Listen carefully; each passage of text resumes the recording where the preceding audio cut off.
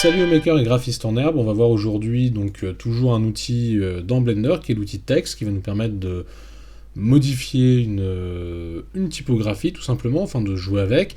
Forcément ça va intéresser tous les graphistes en herbe puisque ça va permettre d'aller parfois un peu plus loin que de travailler directement dans Photoshop ou dans Illustrator pour avoir un effet 3D. Ici il n'y a pas de limite, on est je dirais dans un univers virtuel et on peut faire ce qu'on veut. Donc c'est ça qui est intéressant, et on verra que par la suite, hop, je vais cacher ça, et je vais ouvrir aperçu. Donc là ici j'ai une sortie Blender, on voit que c'est légèrement pixelisé, parce que je l'ai fait un petit peu à l'arrache. Néanmoins ça permet de pouvoir repasser, vous voyez, dans Photoshop, et de venir un peu lisser tout ça, renforcer les points de lumière avec quelques outils assez simples, et puis de venir un peu lisser la typo finale, donc, et d'avoir un aspect un petit peu plus pro, tout simplement, avec des outils, vous verrez, assez simples et, je dirais, accessibles à tous dans Photoshop. Donc on sortira pas l'artillerie lourde, mais on va pouvoir se faire plaisir avec Blender et Photoshop. Donc ici j'ai donc Blender, je vais donc supprimer ici X, donc delete le cube, et je vais donc choisir une typo, Shift A au niveau du raccourci. Je vais choisir donc ici texte. Voilà. Pour éditer mon texte, comme on l'a vu, je vais taper, en fait, donc le texte est là, là il n'est pas éditable. Je vais appuyer sur Tab, donc ça va me permettre, voilà, hop, d'aller éditer mon texte. Donc je ressors du mode, donc Tab, du mode édition. Je vais pouvoir relever mon texte, éventuellement. Donc ici je vais appuyer sur N, ça me fait apparaître mon panneau latéral. Donc ici on voit bien que je suis sur l'axe des X. Hop, 90 degrés. Donc là j'ai Good qui apparaît. Et maintenant, ici, vous voyez, juste là, je vais faire bouger ma souris, elle va grossir, voilà. J'ai ce petit onglet qui est apparu de typo A, et je vais pouvoir jouer avec la fonte. Alors, je ne sais pas exactement comment ça se passe dans Windows, puisque je n'ai pas Windows, mais je pense que c'est identique. On va pouvoir aller chercher, en fait, nos fontes. Donc ici, soit on peut aller chercher directement les fontes dans macOS, dans Library. Donc ici, je suis à la racine, en fait, du disque, on voit tous les dossiers cachés avec Blender. Donc soit je peux le faire directement en fait dans Library ici, et je vais dans le dossier fonte, mais ça c'est les fontes de base du système. Si vous en avez d'autres, c'est-à-dire que si vous avez d'autres fontes que celles du système de base, il suffira d'aller dans Users, votre nom, et d'aller directement en fait dans Library, et au même endroit, fonte, voilà, voir toutes les fontes que vous avez pu installer. Donc ici je vais en choisir une que j'utilise par exemple sur Kernel Design, qui est la Barlow. Hop, on va choisir la Barlow, celle-ci, allez, condensate semi-bold, hop, open font. Donc là, vous voyez, ma typo a changé, voilà. Donc ça va permettre de pouvoir télécharger des typos, excusez-moi, sur Google Font ou n'importe quel site de fonte, et de pouvoir jouer avec, bon, qu'elle soit gratuite ou payante, ça ne change rien. Sur Windows, je pense que ça va être à peu près pareil, je pense qu'à mon avis ça va être C, quelque part dans le système 32 quelque chose. Et à mon avis vous avez bien un dossier de fonte qui est géré. Sur macOS il y a les fontes qui sont directement dans le disque dur, donc vous allez dans Library et fonte, ou vous allez dans User, votre nom, Library et fonte, et là c'est les fontes que vous avez installées et qui ne sont pas disponibles dans le dossier système de macOS, puisque ce sont celles que vous avez installées après. Donc ici j'ai Good. On peut retravailler les géométries. Alors ici, je vais retravailler avec Extrude. L'offset, en fait, vous voyez, ça va être la largeur, donc enfin l'épaisseur. Ici, ça ne nous intéresse pas forcément. Je vais garder, en fait, ma typo d'origine, j'ai juste l'extrudé. Mais à partir de là, on ne peut pas faire grand-chose. C'est-à-dire que si je repasse en mode Edit, eh bien, il me propose toujours d'écrire. Donc on va voir comment transformer ce texte en objet et qui puisse être éditable. Donc là je sors du mode édition, ici en haut je vais dans objet, et dans objet je vais aller chercher en fait tout simplement convert to. Alors ici il vous propose curve, forme mesh text. Je vais pas choisir ça, je vais plutôt choisir mesh, tout simplement parce que ça me permet après d'utiliser un modifieur et d'avoir quelque chose de parfaitement découpé, donc mesh, voilà. Je vais ici dans les modifieurs, donc le petit onglet outils, je vais chercher remesh ici, voilà, je le clique. Alors, qu'est-ce qui se passe ici? Là, ça a disparu, j'ai des lettres qui ont disparu, il m'en reste plus qu'une partie. Alors première chose, je vais décocher, puisque j'ai plusieurs lettres ici, j'en ai pas qu'une, donc je vais le décocher. Donc remove, disconnect, pièces, donc en gros c'est toutes les pièces qui vont être à côté. Et je vais cliquer donc sur Smooth, Shading, et je vais augmenter, vous voyez ici, jusqu'à 6. Alors après vous pouvez aller plus loin, il n'y a pas de pépin. Je dirais, alors là ça va être le lissage si vous préférez. Si j'ai un lissage un peu trop saccadé, je vais avoir le problème, alors moi je vais mettre 6 par défaut, là je l'avais mis sur 5 avant et ça me faisait un effet qui n'était pas très joli. Vous l'appliquez. Une fois que c'est appliqué, on va pouvoir maintenant éditer cette typo. Donc là j'ai appuyé ici donc sur la touche Tab, d'accord, et je vais vouloir donner un aspect plus arrondi par exemple. Donc si je veux donner un aspect plus arrondi, je vais sélectionner ici toutes mes typos. Dans Vertex, ici, je vais pouvoir choisir Smooth, Vertice, et donc je clique une seule fois, voilà. Et après je vais répéter ça en faisant Shift R. Donc en fait il va répéter l'option. Et on voit ici, si on zoome, que la typo, vous voyez, elle s'est bien arrondie. Alors, je vais revenir en arrière, volontairement, vous voyez. Moi, j'ai fait Shift R, j'ai continué après, alors je vais refaire la même chose. Ici, je vais aller sur lisser, les points, voilà. Hop. Et tout s'est arrondi. Voilà. Je sors de ce mode, on voit que ma typo est arrondie. Voilà. Alors, on a fait, je dirais, le plus gros du travail quand on a fait ça. Alors, on n'est pas obligé de le faire, bien sûr, mais ça permet de voir qu'on peut modifier sa typo, lui donner un aspect un peu ballon, etc.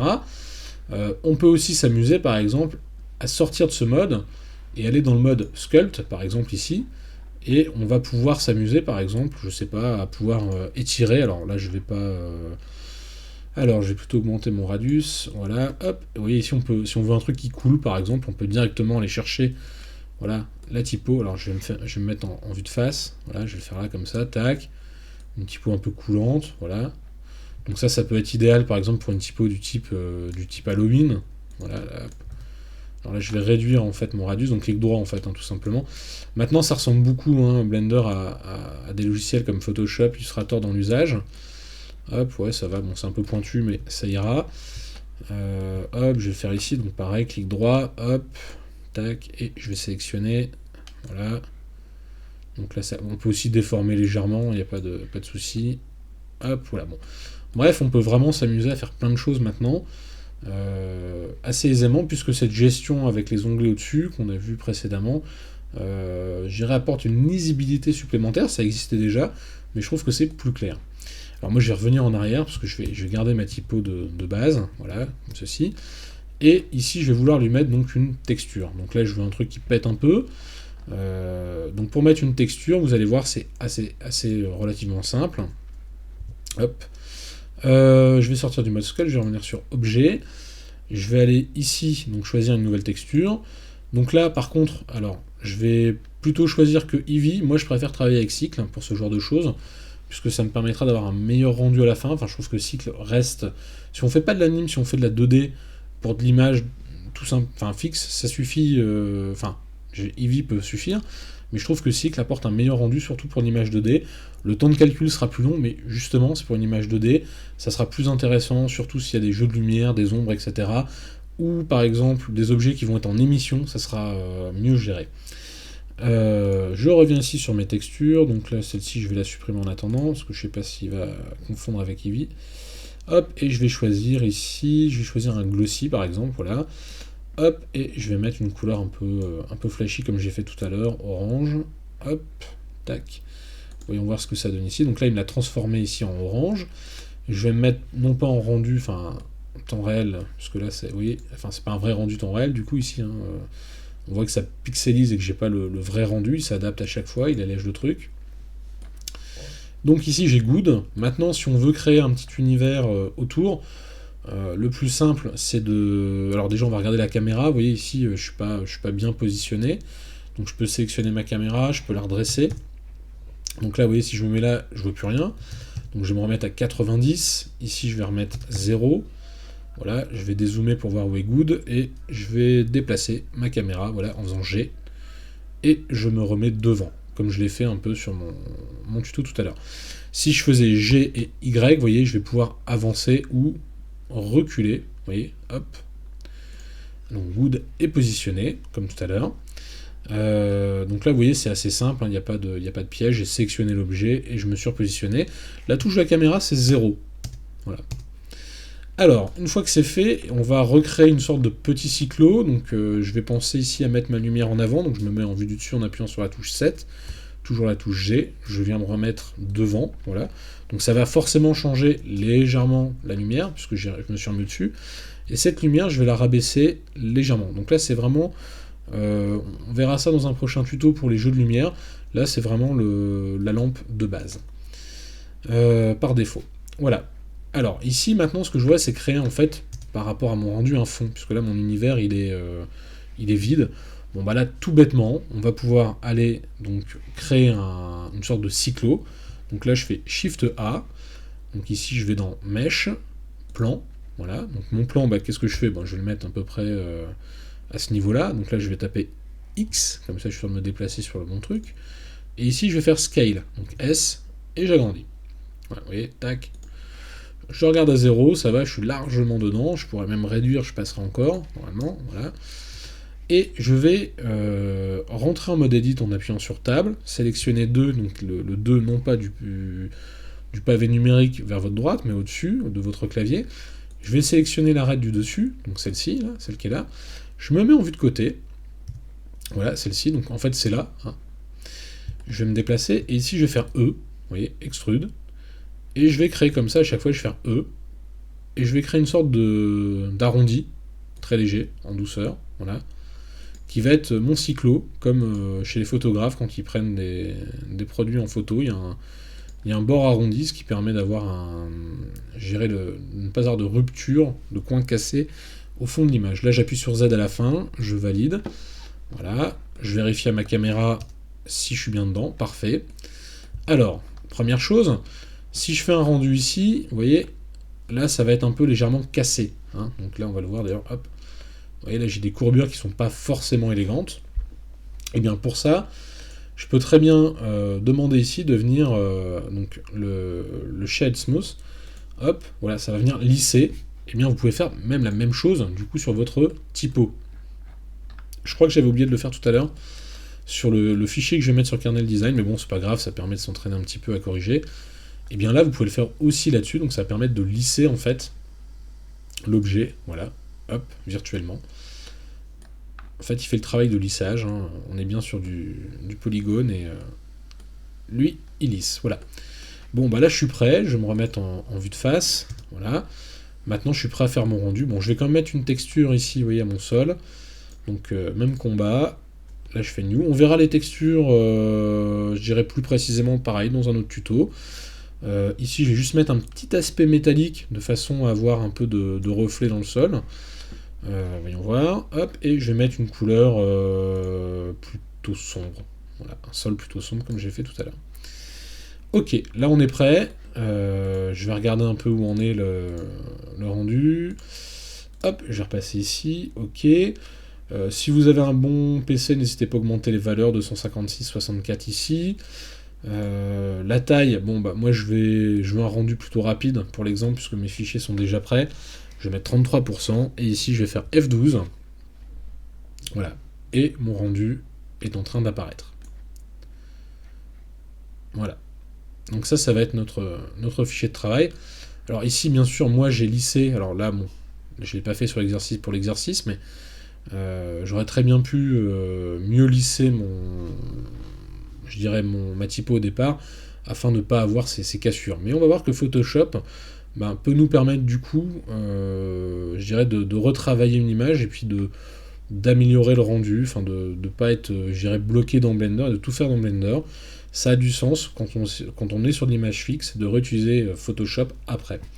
Donc voilà, donc on va considérer que ça c'est notre good, et on va passer donc dans Adobe Photoshop. Donc ici en fait c'est ce que j'ai fait ici, vous voyez, mais j'avais pas lissé, alors j'avais lissé le fond, et j'ai oublié de le faire, donc du coup j'avais un truc tout pourri, vous voyez, j'avais des artefacts ici qui sont en fait mes faces, hein, qu'on voit, hein, qui se dessinent, hein. Donc c'était lissé, mais pas trop. Donc du coup je me suis dit, tiens, je vais le refaire dans Photoshop, et je vais essayer d'améliorer le bidule, voilà. Si on revient dans Blender, on voit que, effectivement, donc je reviens dans Rendering, voilà. En fait, j'ai pas ces cassures ici, vous voyez, là, c'est plutôt lisse par rapport à mon rendu de tout à l'heure, mais j'ai oublié. Voilà, donc c'est de ma faute. Hop, donc je reviens là. Pour l'exercice, alors là, je crois que mon fichier était un petit peu lourd. Ouais, j'ai pas trop... Alors, je crois que je suis sur un fichier 5K, en fait, j'ai fait un rendu 5K tout à l'heure. Pour faire un fond d'écran, mais c'est pas grave, allez, on y va. On est chaud, c'est même pas mal. Voilà. Donc là, j'ouvre Photoshop. Et dans Photoshop, on a des outils plutôt intéressants. Je vais mettre ce fichier d'exercice sur le site Kernel Design, comme ça vous pourrez aussi vous entraîner, même si vous n'avez pas envie d'utiliser Blender. Il y a deux outils sympas. Il y a l'outil de densité plus ou moins. Moi, je vais utiliser outil de densité moins, qui va me permettre ici sur les tons clairs, donc les tons les plus clairs dans l'image. Alors, l'exposition, souvent par défaut, est à 50%. Je trouve que c'est un peu beaucoup. Donc souvent, je la réduis à 27 ou 30%. Voilà, je vais mettre 27. Bon, c'est une sorte de toc de travail. Là, j'ai pas de tablette graphique, je suis à la souris, c'est un peu pourri, mais je vais pouvoir comme ça retravailler donc mes tons clairs. Donc c'est-à-dire venir, vous voyez, alors là, hop, rééclaircir en fait les tons les plus clairs. Vous pourriez refaire la même chose avec les tons foncés, c'est-à-dire que si c'était trop clair, je pourrais choisir densité plus et faire la même chose, mais venir assombrir. Alors là, c'est sur les tons moyens, donc je vais choisir les tons foncés.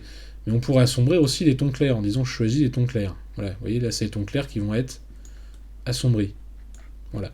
Donc ça, c'est un outil plutôt pratique dans Photoshop et qui permet de retravailler comme ça rapidement des lumières ou des ombres.